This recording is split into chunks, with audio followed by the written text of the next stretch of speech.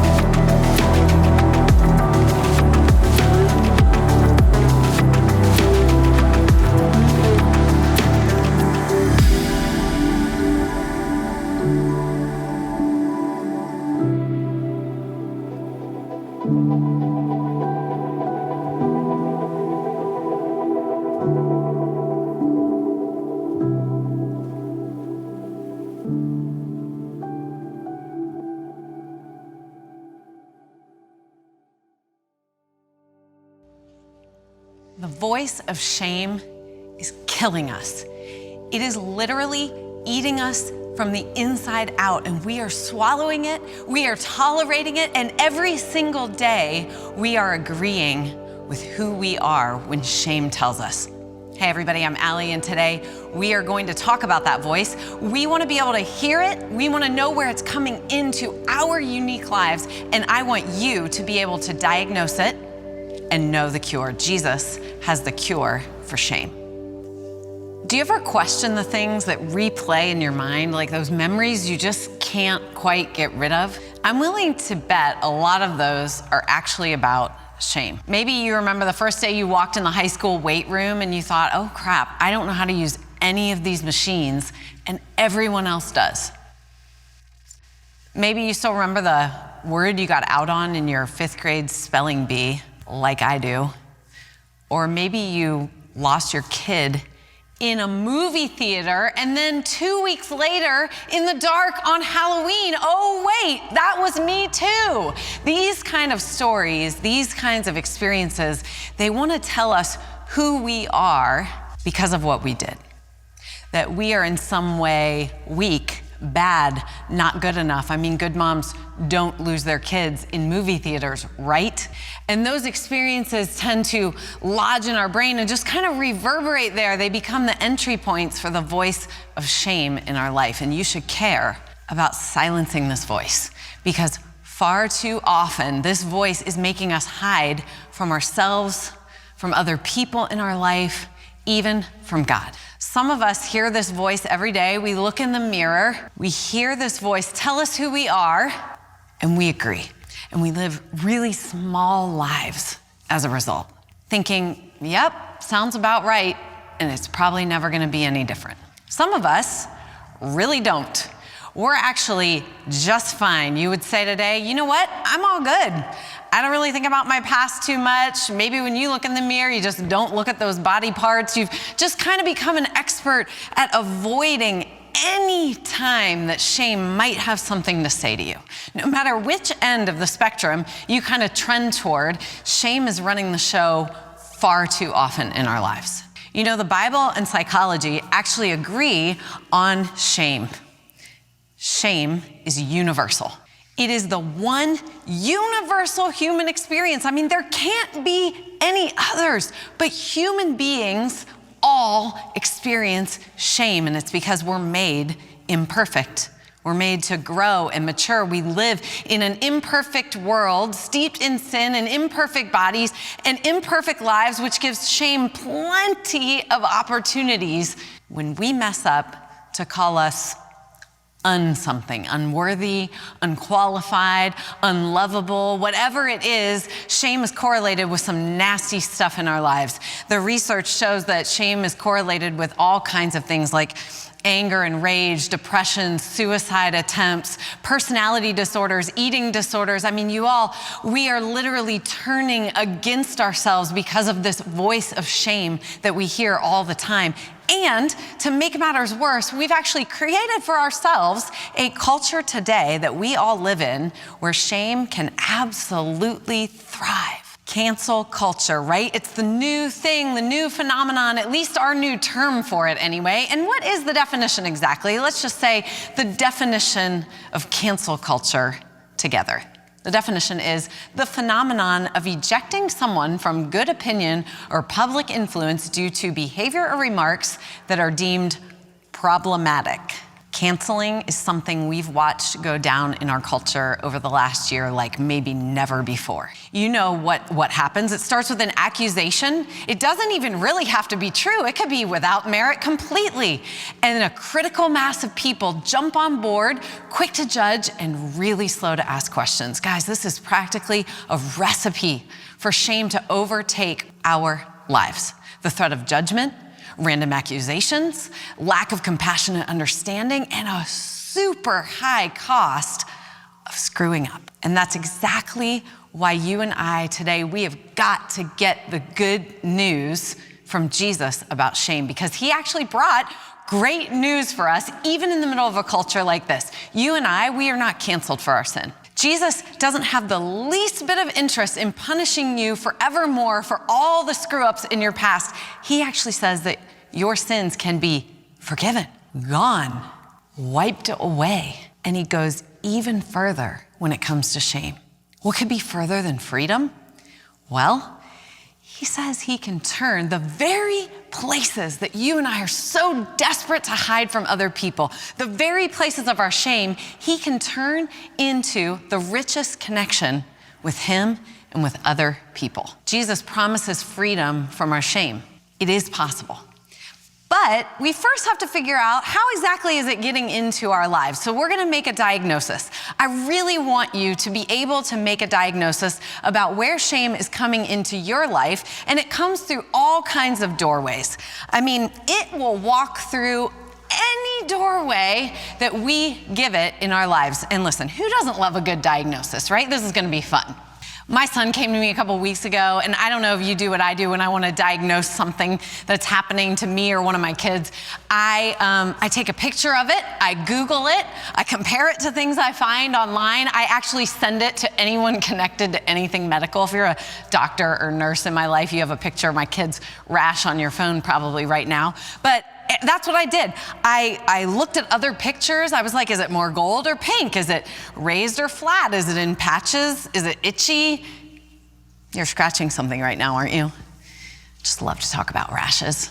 But seriously, let's do that with shame. Let's get in there, let's zoom in on it, let's take a picture of it, let's really get acquainted with how it looks and feels so that we can see what it's doing inside of us and inside of our lives. And maybe you think I'm going too far with this whole diagnosis thing, but man, I just think we're so used to it, we don't even realize it shouldn't be normal. We shouldn't feel like this all the time. We don't have to.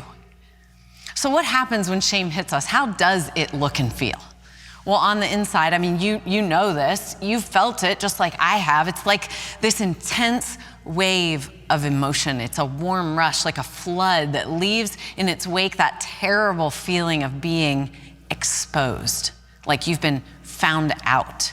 Just like when I zoomed in on my kid's rash, shame does that too. It zooms in on any kind of flaw, any kind of mess, any kind of imperfection, any kind of sin, and we become convinced that that little square that we're zooming in on, that's actually all of who we are. That's what shame wants to tell us. That's it, that's who you are. And worse yet, that's all anyone else in your life sees either. So what do? We do things like we don't look people in the eye. We wish the ground would just kind of swallow us up, right? When that wave of shame kind of washes over us, we don't want to be anywhere near other people. I know that you've been there. I certainly have. And my word for the impact on my life is paralyzed. Shame stops all forward movement. It makes us really small. It keeps us really quiet. And it is suffocating the life that God made you for. Any good diagnosis also has to rule stuff out, right? Like, it's not that. When I did the rash with my son, I was like, oh, good. It doesn't look anything like some of those terrible things that I'm seeing. One of the most important things that we have to understand that shame is not guilt. Shame is not guilt. Guilt is about what we did. Guilt focuses on behavior. Guilt says you did something, and shame says you are something. Shame says you are something because of what you did. Now, God wants us to deal with our guilt. He wants us to deal directly with our behavior when we sin. And Acts 3 actually tells us exactly how to do that. Acts 3:19 says, repent then and turn to God so that your sins may be wiped out, that times of refreshing may come from the Lord. God does not want us to pretend that we're not guilty. Sometimes we feel guilty because we are guilty, and we need to deal with that behavior. In guilt, we can deal with it. And there's an end to it. We can apologize, we can repair, we can pay the fine. I know that there are lingering consequences in our life sometimes because of our guilt, but God's intention, end of the day, is to wipe it out and to bring refreshing. With shame, oh no. You don't get off the hook that easy with shame. No end in sight, my friends, because that is now who you are. When shame comes over us, we all feel it the same. But it gets in through all kinds of different doorways. Now, I'm gonna tell you a few, and I don't want you to think I'm trying to diagnose you. I don't want to stereotype you, but all I wanna say is you gotta think about this. You've got to get wise to how shame is coming in. Which doorways is it using in your life? And there are some common ones that we understand are really pretty common for men in our time and for women in our culture right now. And I don't think any of you are gonna fit this perfectly. I know shame has, its own way with all of us, but women, I think that you're gonna understand what I mean when I tell you that shame really goes through, for a lot of women, the doorway of do it all perfectly. You have a ton of different roles in your life, and you're supposed to hit them all at 100% all the time, even when they directly contradict one another.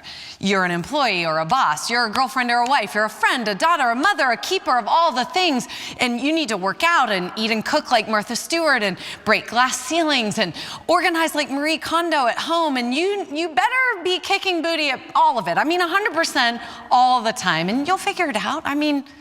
So-and-so does. Why can't you? Shame will take any doorway that we give it. Now, men, I realize I'm kind of on a limb here, but I have read and I do understand, and at the risk of reverse mansplaining or something, I just want to mention a few of the things that I think are common to the shame stories that are maybe in the life of some of the men. And men, your doorway could maybe be said to one sentence, and that is, don't be weak. Don't be weak. Shame loves to talk to men about weakness of any kind. I understand that some of you have stories of shame, like for real shame around not knowing the size of your tires or the technical name for what's wrong with your HVAC, especially if the guy asking you has a lot of hair or a lot of muscles. Shame loves to talk to men about being weak. Anxiety at the urinal, anyone? In bed? Obviously, strong men don't have that problem.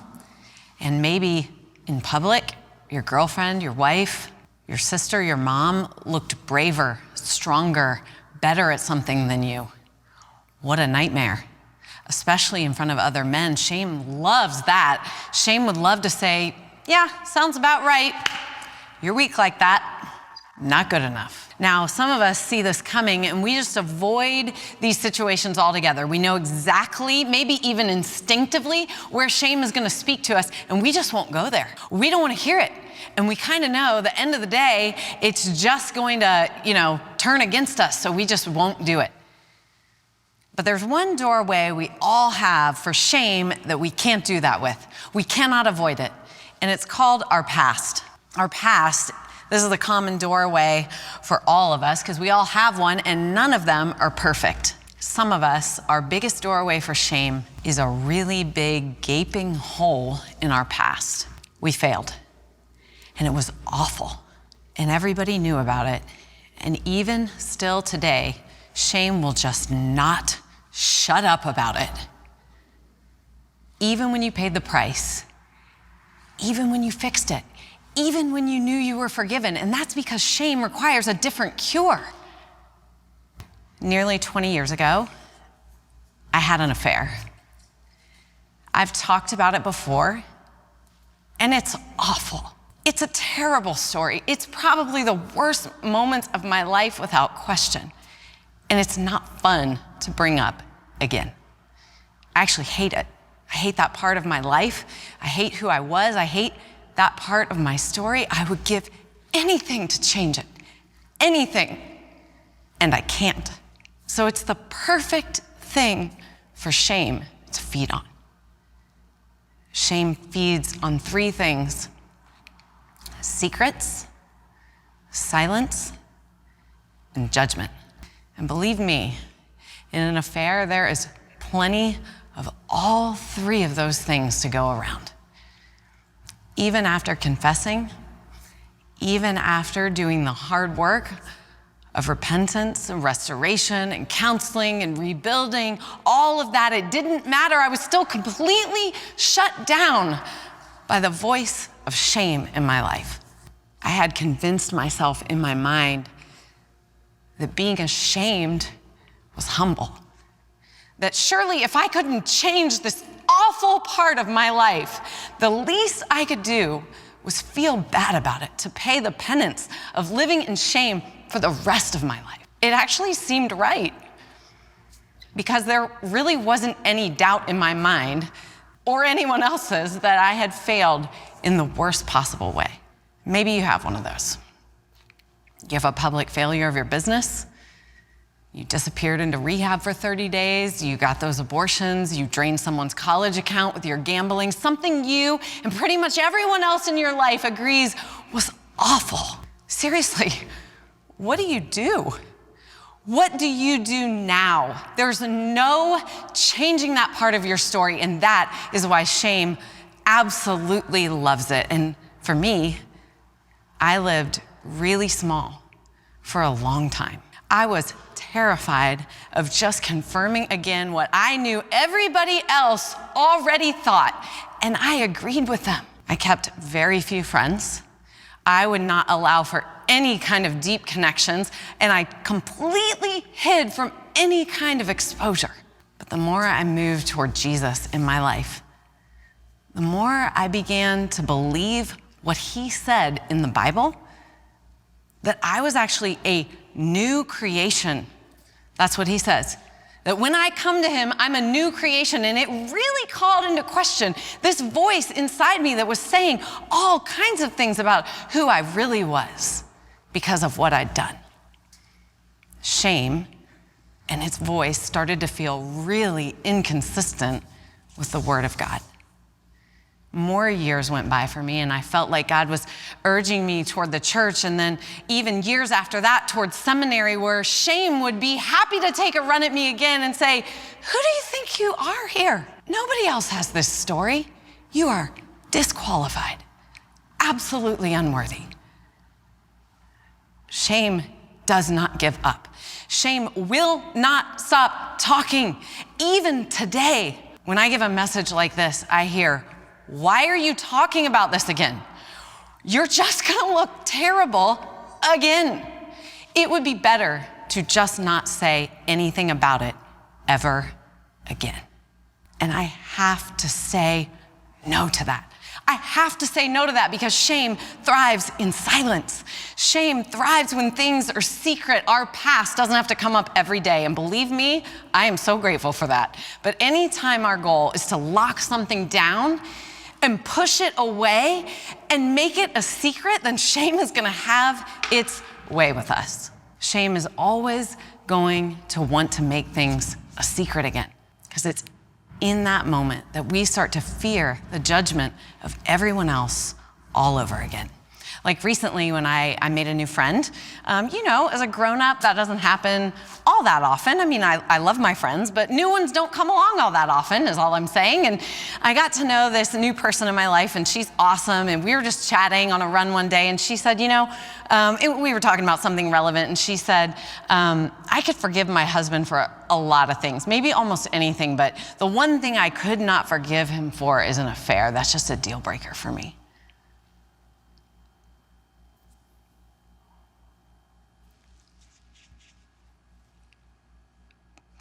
I died a little inside because I walked away thinking, I really like that person. And shame is telling me, forget it. Forget it. You can't be friends. You can't tell her your story. You're gonna have to keep it away from her because she'll just be like everyone else and she will judge you. And that's exactly what shame wants us to think. And we have to say no. Shame thrives on even the threat of judgment, even if we think we might be judged for it. And when we agree and we lock up our stories, all the things that have caused us shame in our life, it doesn't go away. Silence is not the cure for shame. The voice of shame gets louder when we do that. I have not heard the last of shame, and neither have you. I just slowly started to realize that shame was this completely separate thing with its own cure. And it starts with identifying the voice and saying, no. No with my words and no with my life. Shame is a parasite that feeds on your agreement with it. And it is time to stop. God has something so much better for you.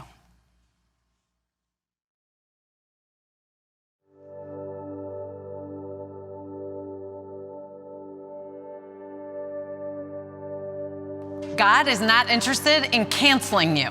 He wants you free. He is not the one who is shaming you. Let me say that again. God is not the one who is shaming you. As a matter of fact, he sent his son Jesus to make a clear way available for you to escape the voice of shame in your life. I want you to listen to the incredible words of Romans 8 for anyone who will come to Jesus for their freedom. Who will bring any charge against those whom God has chosen? It is God who justifies.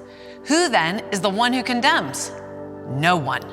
Christ Jesus, who died, more than that, who was raised to life, is at the right hand of God and is also interceding for us.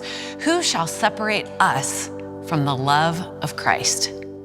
Jesus' death and resurrection means the charges against you and me, they're dismissed. The voice that's telling you them day after day and who you are because of it, he is a liar. And shame is not God's discipline for you. It's not you getting what you deserve. It's not you being humble. Shame is not your life sentence from God. He wants you free. Just like Jesus came to free one of his friends who was absolutely paralyzed in shame. Peter was his name. He was one of Jesus' two closest friends, and he was a big, bold guy. And Jesus absolutely loved him like that. They had the Last Supper, the last dinner together before the night that Jesus died. And Jesus announced at dinner that Peter's faith was gonna get tested. And Peter kind of pushed back and he was like, no, I'm good. As a matter of fact, I love you and I would die for you. I'll do anything for you. He gives this big pronouncement of his faith to Jesus, and just hours later, Peter denied him 3 times. He watched Jesus get arrested, and 3 times in the courtyard where Jesus was being held, Peter denied even knowing him. He failed God, he failed his friend at the worst possible time, and he failed himself. He did exactly the opposite of his very own words. And worse yet, they never got to speak again. Jesus went and he died on the cross the next day, and Peter went into a life of shame. Can you even imagine the shame? Until that is, Jesus came back to set him free. Listen to their exchange in John 21. When they had finished eating, Jesus said to Simon Peter, "Simon, son of John, do you love me more than these?" "Yes, Lord," he said. "You know that I love you." Jesus said, "Feed my lambs." Again, Jesus said, "Simon, son of John, do you love me?" And he answered, "Yes, Lord, you know that I love you." And Jesus said, "Take care of my sheep." The third time he said to him, "Simon, son of John, do you love me?" Peter was hurt because Jesus asked him the third time, "Do you love me?" And he said, "Lord, you know all things. You know that I love you." And Jesus said, "Feed my sheep." So here he is. It's the resurrected Jesus. He is back, and he came specifically to get his friend out of his shame. Jesus didn't give him a pithy saying. He didn't give him good teaching bullet points. He actually did the cure. Jesus modeled the cure for shame when he sat down with his friend and connected. We will always need connection to be a part of our cure for shame. And not just any kind of a connection, courageous connection. The only reason that I am happily married today to the same great guy 21 years later is because of connection. The closer I got to God, the more I realized I can't hide from this. I've got to connect with God. I've got to connect with others. And dealing with shame is always going to require that of us. We are always going to need real connection because what we really want to do is hide. And we got to do the opposite. You are going to have to connect with a friend to break through shame. You're going to have to sit down in chairs and you're going to have to tell the story of what's making you ashamed. And Jesus came as that friend for Peter, just like only a good friend can do for you. He came and he went to Peter and he wanted him free. And the first thing he made him do was to look straight at his failure. We can only take that from our best friends, right? And that's what Jesus made Peter do. His first question was, "Do you love me more than these?" Almost certainly, he was trying to make Peter remember his own words from dinner, that even if these guys fall away, I won't. Jesus made him look it straight in the face. To be free of shame, we cannot hide from it. The next thing that Jesus made Peter do is repeat his answer 3 times. Maybe you even got tired of listening to me read their interaction because it was repetitive. He did it 3 times. And he happened to do it the same number of times that Peter denied him. Did you notice something broke on the 3rd time? Jesus knows how far down our shame is. He knows how to get it to the surface. He knew Peter was hiding and he pushed until it broke. And I hope you heard it. Even in Peter's response as it was recorded, he said, "Lord, you know that I love you." And maybe he was thinking, "Why are you doing this to me? Why are you punishing me?" But Jesus wasn't punishing him. He was just reaching all the way down in to the very depth of his shame. And it took multiple times until it broke on the surface. And last, Jesus called Peter also 3 times. He called him back to the life that he really had for him. He wanted Peter to be that big, bold guy with big, bold faith. He didn't want him to stay hidden. He was basically saying, "Come out, come back to who you are. Don't stay in this tiny little place." And I guarantee you, without this interaction, Peter would have lived small. He would have gone back to fishing. He would have had a quiet, hidden life of shame for his absolute failure, but Jesus would not have it. And he doesn't want it for you either. Jesus is calling you to come out of your shame. And the cure is courageous connection. That is the only cure for shame. You're going to have to open your mouth. You're going to have to sit with a friend, and you're going to have to tell the story that is causing you that private, awful shame. That's the only thing that's going to change the voice that you hear in the mirror. It's the only thing that's going to break it on the surface. In this cure, there's a couple things we have to talk about. And given the name, it won't surprise you. The first one of those is that courage is required. In courageous connection, courage is going to be required of you. So get ready for it because it's baked right into the title of the antidote. You're going to be unsure. You are not going to want to do it. You're going to be unsure and afraid. And you're going to have to talk anyway. There's no halfway. If you want out, it has to come all out, absolute open acknowledgement, not the yada, yada, yada version. You know that version where you say, "You know, friend, I did the thing with the guy in the place." Not that version. No one understands better than me how awful this feels, how scary this is for you. I wish I could give you a hug myself, to be honest. I wish there was another way, and there's not. So don't bother waiting until you feel ready. There's a shame researcher, her name's Brené Brown. Her stuff is awesome. And she says this, I love this quote from her. She says, you learn courage by couraging. Courageous connection requires couraging, and you only learn how to do it one way.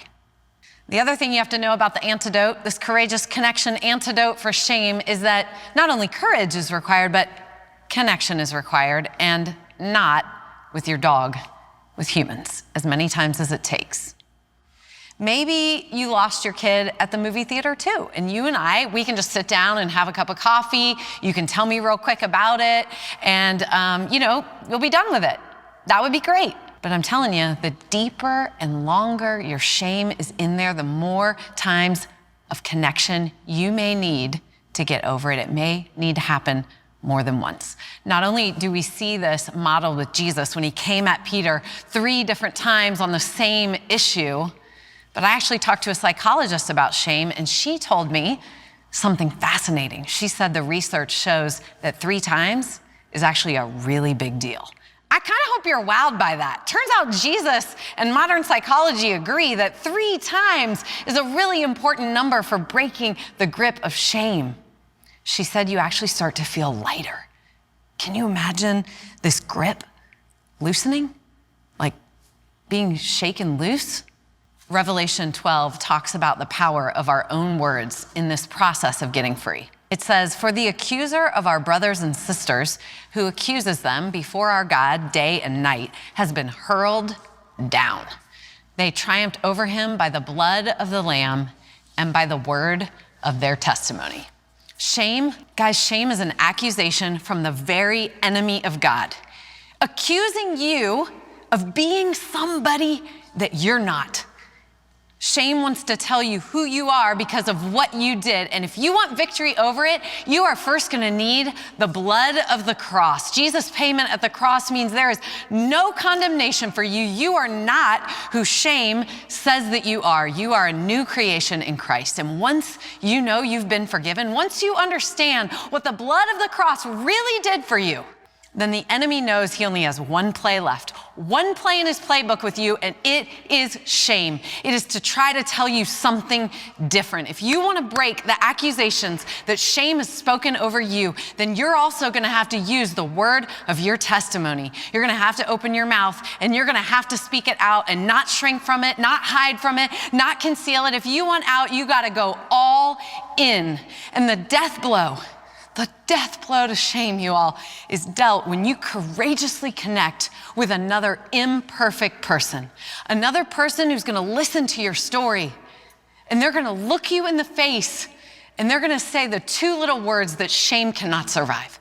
They're going to say, me too. We have to hear these words. We have to hear other people tell us, I feel you.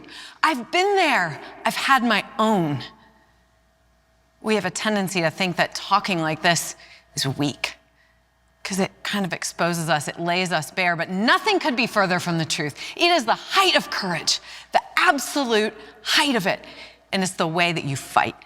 If you want out of shame, you gotta go all in. You go all in on Jesus, and then you go all in on his cure, the cure of courageous connection.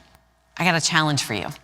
You got 3 months, and in 3 months, I want you to tell your shame story, the one that you don't want to talk about, the one you've been thinking about this whole time. I want you to tell it to 3 different people, 3 different times, and loosen its grip, because when we receive the forgiveness of Christ, we're free, and we need to speak that out so that shame can be broken, that the enemy will lose his grip on you. Freedom is waiting for you on the other side of courageous connection.